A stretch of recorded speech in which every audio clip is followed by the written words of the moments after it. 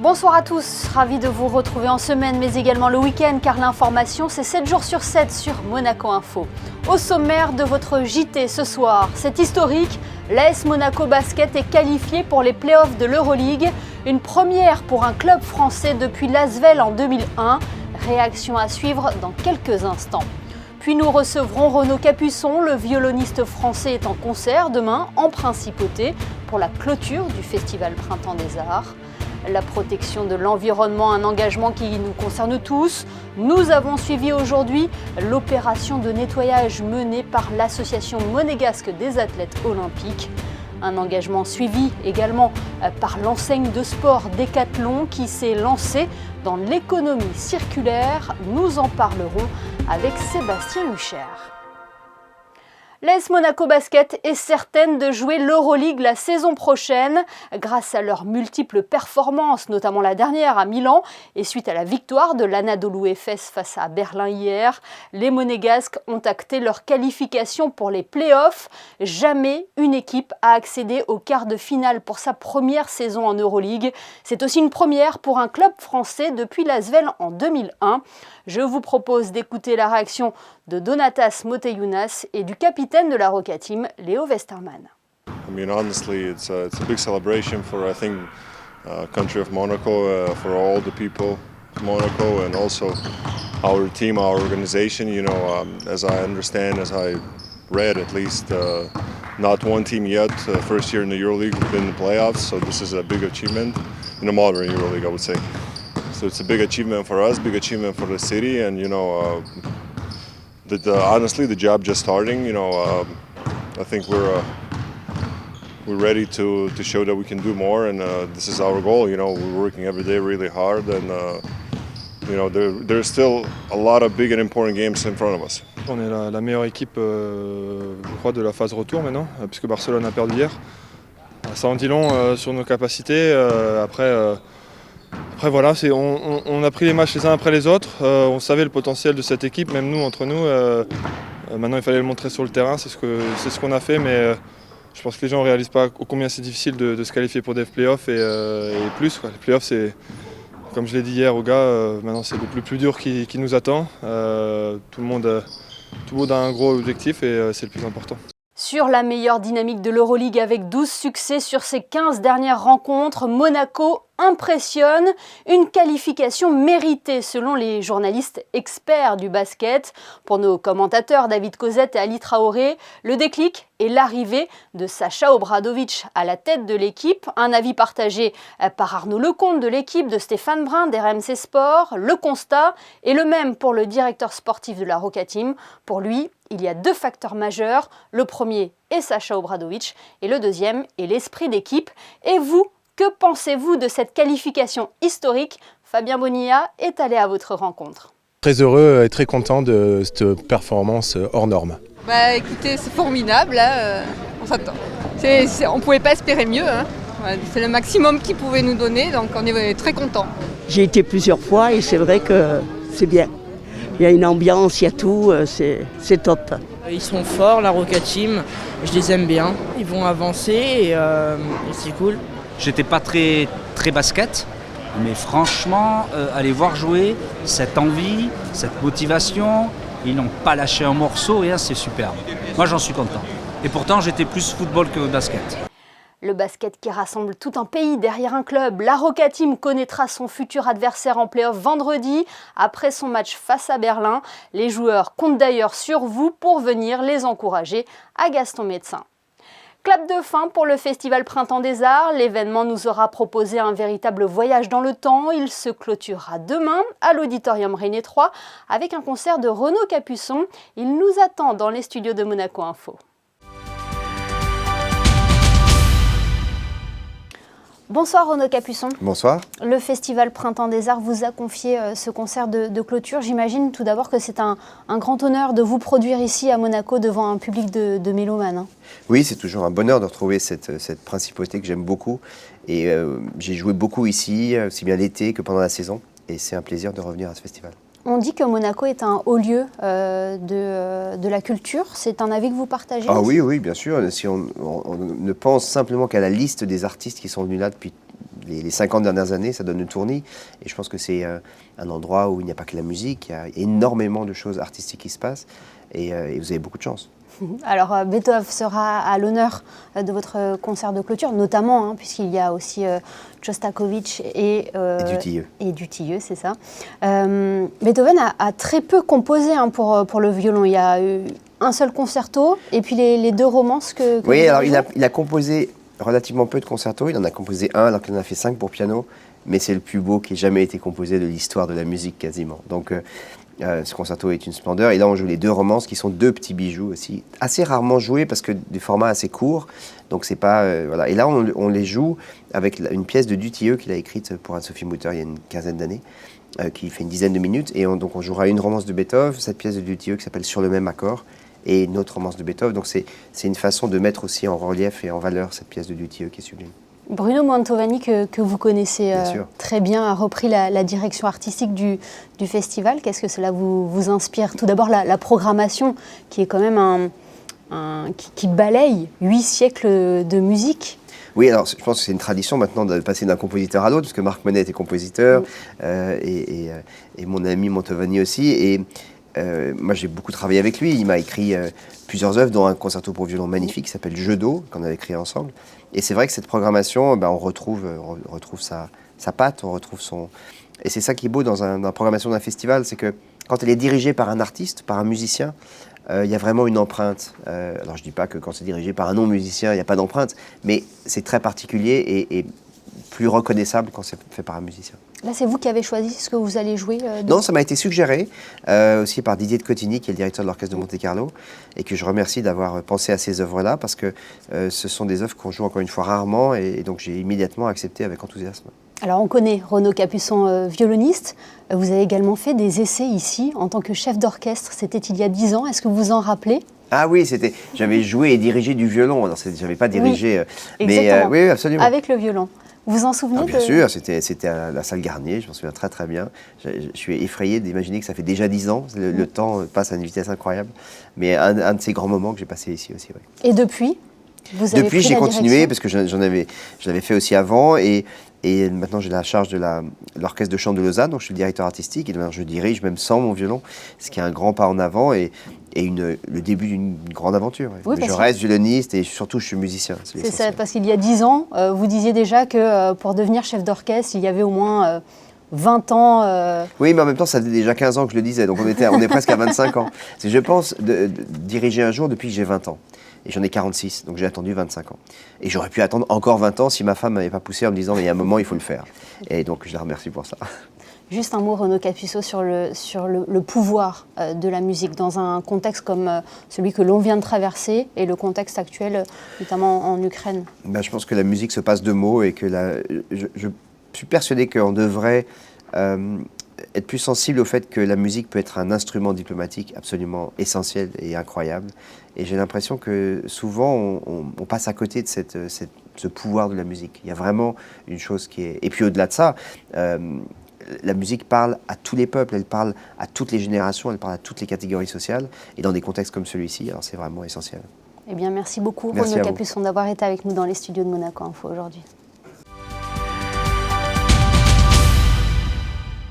Elle partage le même instrument que Renaud Capuçon. Zhang Zhang, la violoniste de l'Orchestre Philharmonique de Monte-Carlo, a été honorée en milieu de semaine à Paris en présence du prince Albert II. Elle a reçu le prix Jean-Pierre Bloch qui récompense des artistes dont le travail est dédié à la promotion des droits de l'homme, un prix créé en 2012 par la LICRA. Zhang Zhang est au micro d'Alexandra Pani. Pour moi, je pense qu'il n'y a pas un meilleur symbole de universalisme que le Principauté de Monaco. Et donc, tous mes... je suis un peu grandi à Monaco, même si je ne suis pas enfant quand j'y arrivais, mais je pense que c'est Monaco qui m'a ouvert l'esprit sur beaucoup de choses. Avant, pour moi, la musique, c'est mon métier, c'est mon travail, ma carrière. Et c'est à Monaco que j'ai découvert qu'en fait, la musique, c'est beaucoup plus que ça. Qu'on peut, en tant que musicien, on a une voix, on a un devoir aussi de faire beaucoup plus, d'offrir la beauté, ça c'est déjà pas mal, et la joie, mais on peut aussi réunir les gens.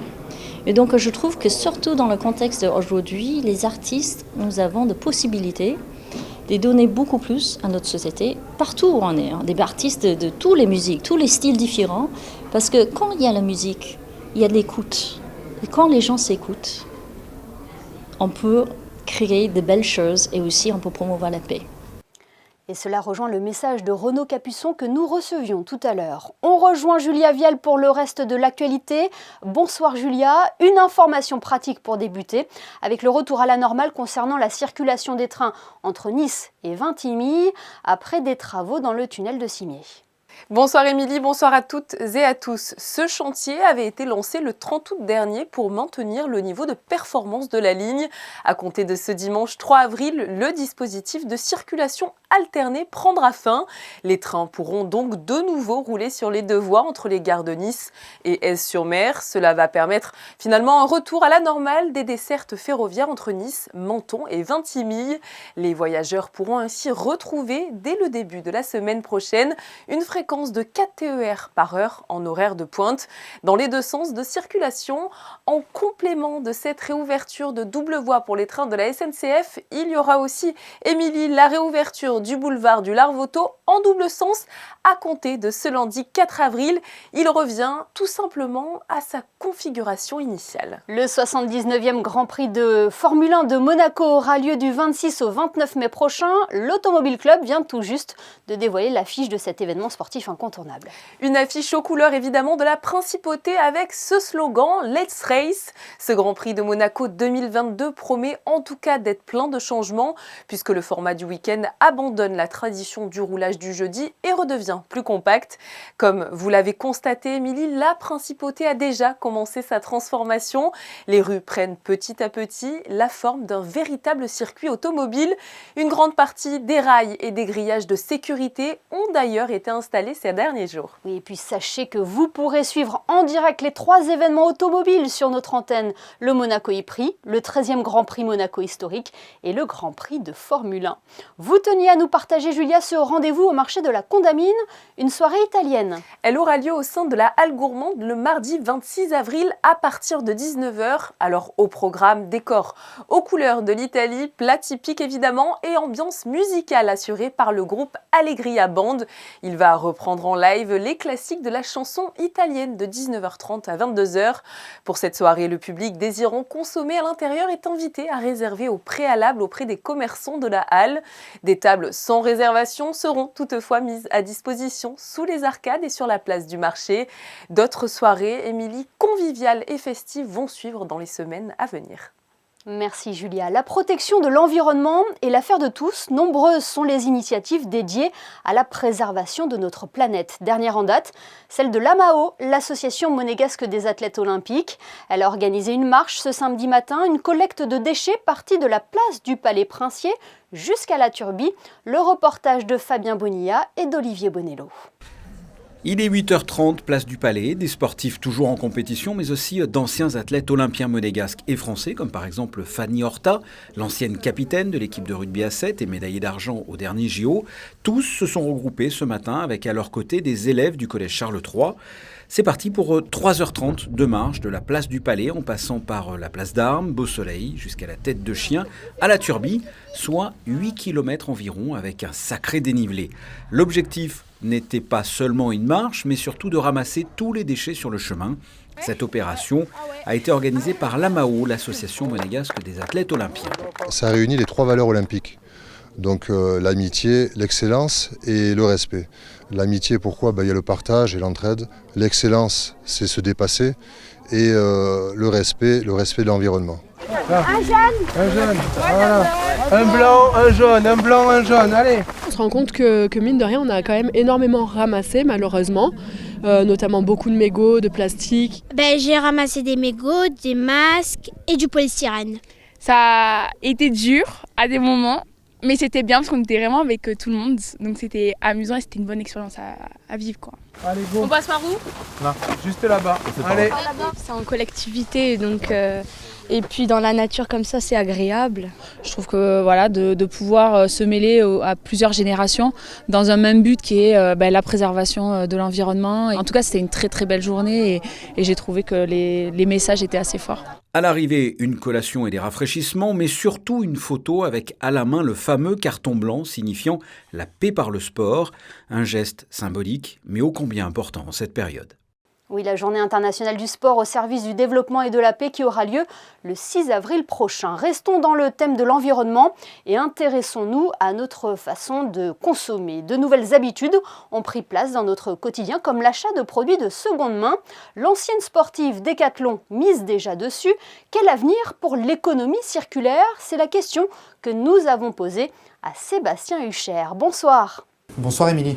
Comment un grand groupe comme celui que vous représentez se met à l'économie circulaire? Je crois que c'est le sens qui fait qu'on se met à l'économie circulaire.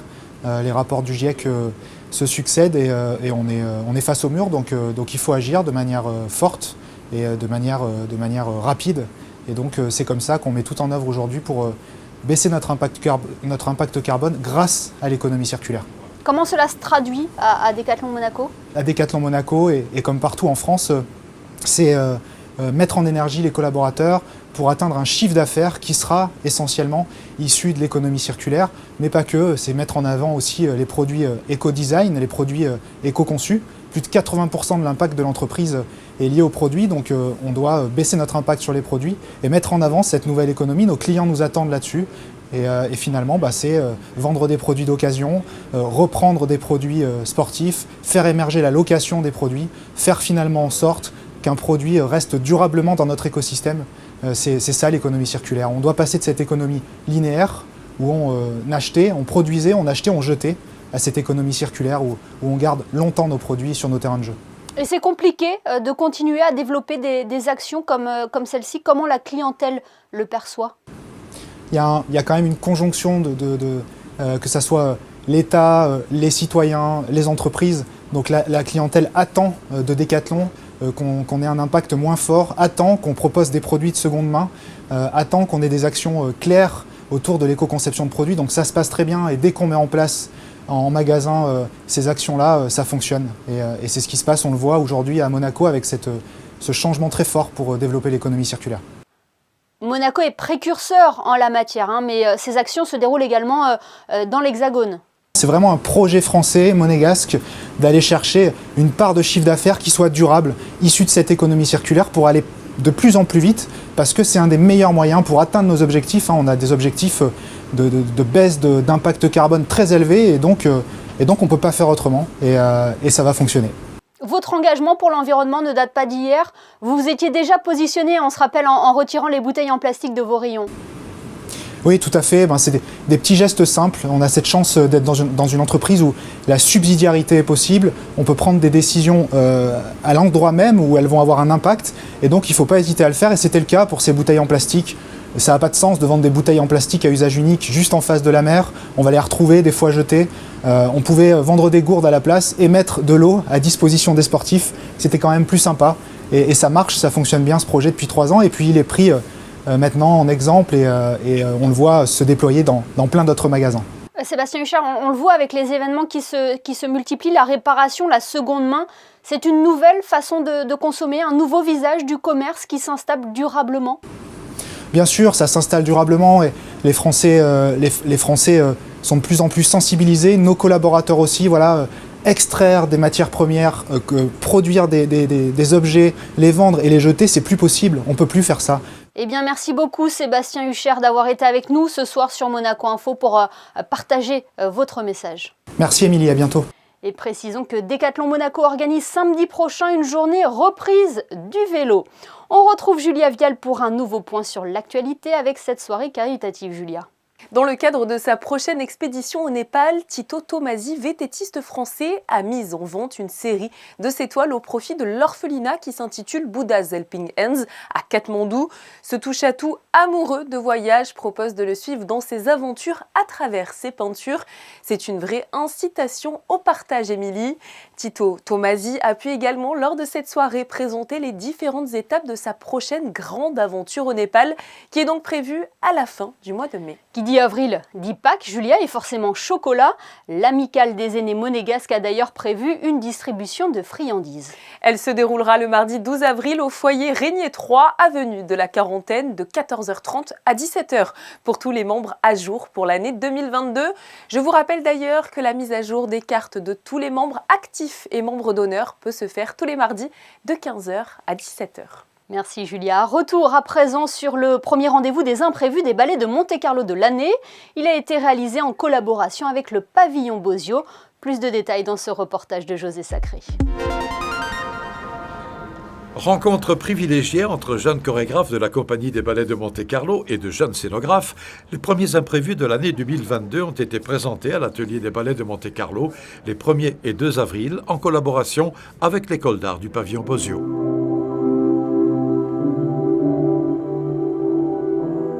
On donne la possibilité à ces étudiants de se confronter à la réalité d'une mise en place d'un spectacle.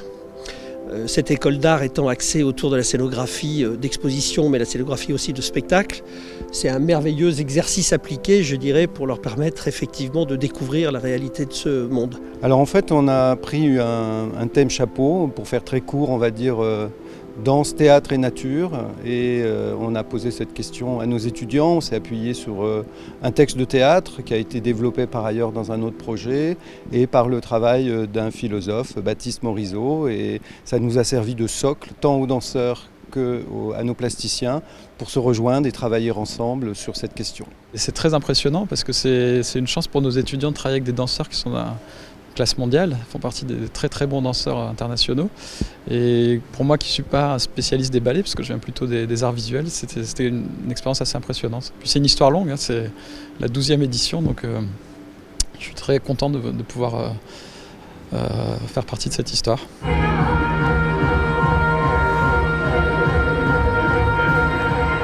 Il y a maintenant beaucoup de jeunes étudiants de l'époque qui sont devenus des gens aguerris dans le milieu de la scénographie de spectacle, et ça prouve qu'effectivement, encore une fois, à Monaco, l'air de rien, un travail assez exceptionnel est fait. Culture toujours avec la prochaine projection de l'Institut audiovisuel de Monaco. Elle aura lieu mardi à 20h au Théâtre des Variétés et mettra à l'honneur Buffalo Bill, un personnage historique que le prince Albert Ier a bien connu. Vincent Vatrican vous en dit plus, il est interviewé par Fabien Bonilla.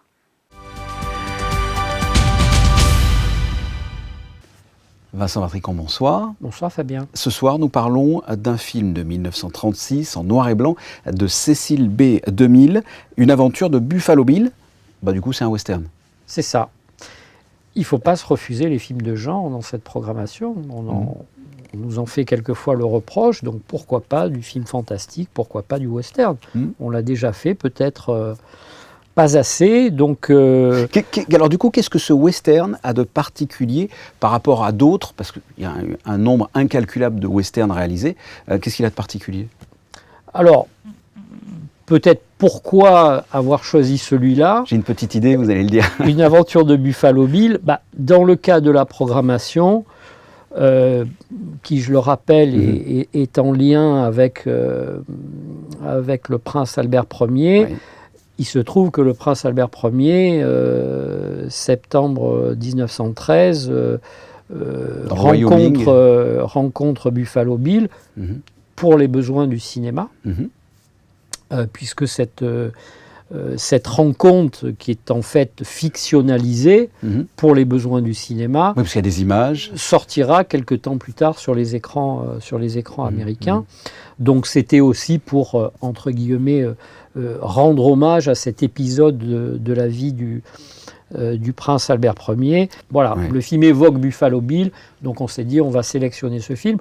Première des raisons. La deuxième, c'est que j'aime beaucoup le cinéma de Cécile B. 2000, qui est un cinéaste qui s'est surtout illustré par les péplums. On connaît évidemment les 10 commandements, mais il y en a bien d'autres.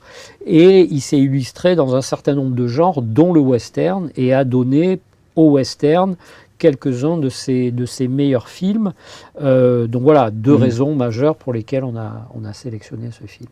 Là, c'est donc Gary Cooper qui joue Wild Bill Hickok, le personnage central, même si c'est pas Buffalo Bill. Jane Arthur qui joue Calamity Jane. Un mot sur l'histoire ? À la suite de la guerre de sécession, l'histoire raconte un trafic d'armes entre cow-boys et indiens. C'est pas non plus l'histoire qui est le plus passionnant dans le film, ou disons le contexte. Ce qui est appréciable, c'est la manière dont Cecil B. DeMille... C'est la réalisation. Voilà, c'est la réalisation et arrive à mélanger à la fois l'histoire et la légende. C'est-à-dire qu'il évoque dans ce film Un train d'enfer, il faut bien le dire, plusieurs moments de l'histoire du Far West. C'est un condensé de légendes de l'Ouest. Hein, c'est ça. Ouais. Et il a quand même un brio incomparable pour arriver à la fois à être dans le détail et dans le gros plan, sans jamais quitter la vue d'ensemble, c'est-à-dire le contexte, l'histoire qu'il raconte. C'est un film qui est extrêmement dynamique, ce qui veut dire qu'il est en même temps distrayant, et une vision de l'Ouest américain. Mais écoutez, allons voir Une aventure de Buffalo Bill. Merci Vincent Vatrican. Merci Fabien.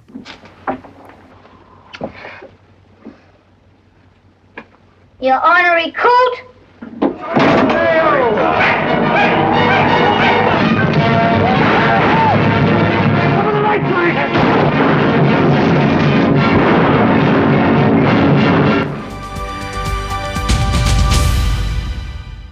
Nous retrouvons Julia Vial pour les prévisions météo. Quel temps est prévu pour ce dimanche 3 avril, Julia ?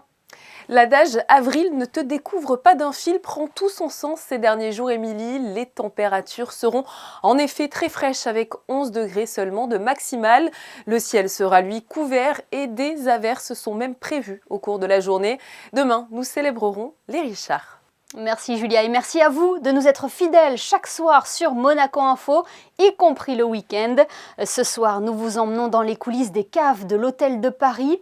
Elles seront à l'honneur dans le magazine Grand Format présenté par Sébastien Borgna, portant sur l'expérience monégasque. Excellente soirée à tous et à demain, 20h, pour le best-of de la semaine.